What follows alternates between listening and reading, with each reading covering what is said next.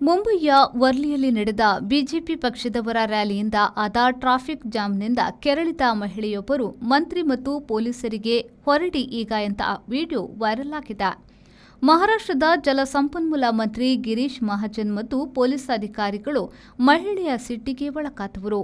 ಮುಂಬಯಿಯ ವರ್ಲಿಯಲ್ಲಿ BJP ನೇತೃತ್ವದ ಮಹಾಯುತಿ ಮೈತ್ರಿ ಪಕ್ಷದವರು ಪ್ರತಿಪಕ್ಷಗಳ ಮಹಾವಿಕಾಸ್ ಆಘಡಿ ಮೈತ್ರಿಕೂಟದ ವಿರುದ್ಧ ಪ್ರತಿಭಟನಾ ರ್ಯಾಲಿಯನ್ನ ನಡೆಸಿದ್ರು.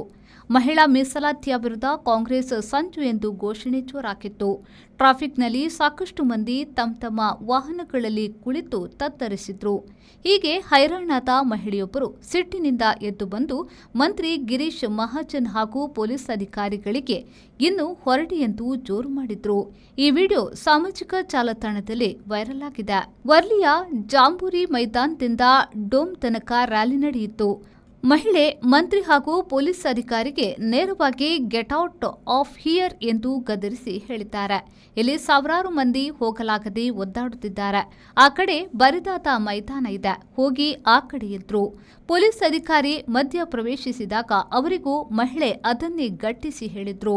ಪೊಲೀಸ್ ಅಧಿಕಾರಿಗೂ ಹಾಗೂ ಹೀಗೂ ಆ ಮಹಿಳೆಯನ್ನ ಬದಿಗೆ ಕರೆದೊಯ್ದು ಸಮಸ್ಯೆ ಆಲಿಸಿ ಅದನ್ನ ಬರೆದುಕೊಂಡ್ರು. ಆಕೆ ಸ್ಥಳೀಯ ಮಹಿಳೆ ಎನ್ನುವುದರ ಹೊರತಾಗಿ ಬೇರೇನೂ ತಿಳಿದು ಬಂದಿಲ್ಲ. ವಿಡಿಯೋ ಮಾತ್ರ ಮಹಿಳೆಯನ್ನ ಪ್ರಸಿದ್ಧಿಯ ಉತ್ತುಂಗಕ್ಕೇರಿಸಿದೆ.